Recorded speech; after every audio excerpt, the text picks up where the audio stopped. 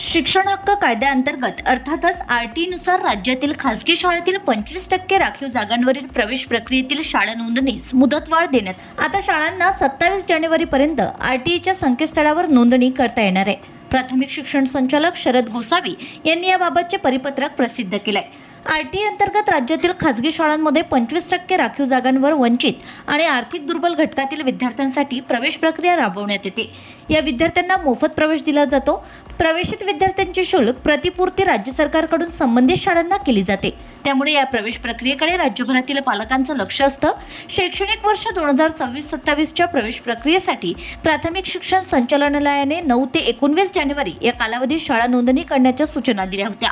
या पार्श्वभूमीवर प्राथमिक शिक्षण संचालक शरद गोसावी यांनी राज्यातील शिक्षण उपसंचालक शिक्षणाधिकारी यांना परिपत्रकाद्वारे सूचना दिल्या आहेत. आरटीई 25% प्रवेशासाठी शाळा नोंदणी आणि पडताळणीचे काम प्रक्रिया दिलेल्या मुदतीत 100% पूर्ण झाले नाही ही बाब प्रशासकीयदृष्ट्या योग्य नाही. शाळा नोंदणी आणि पडताळणीसाठी 20 ते 27 जानेवारीपर्यंत मुदतवाढ देण्यात आली आहे. या मुदतीत अखत्यारीतील शाळांची नोंदणी आणि पडताळणीची प्रक्रिया पूर्ण करावी असे स्पष्ट करण्यात आले आहे.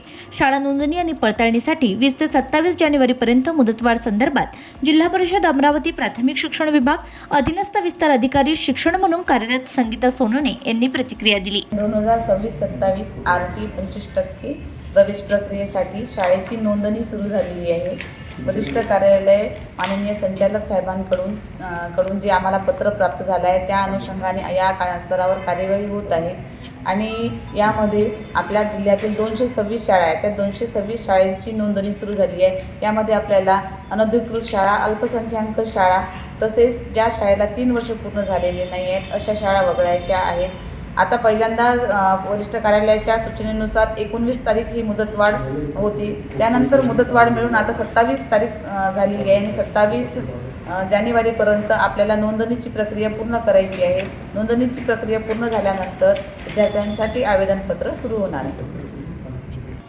Bureau report RCN news.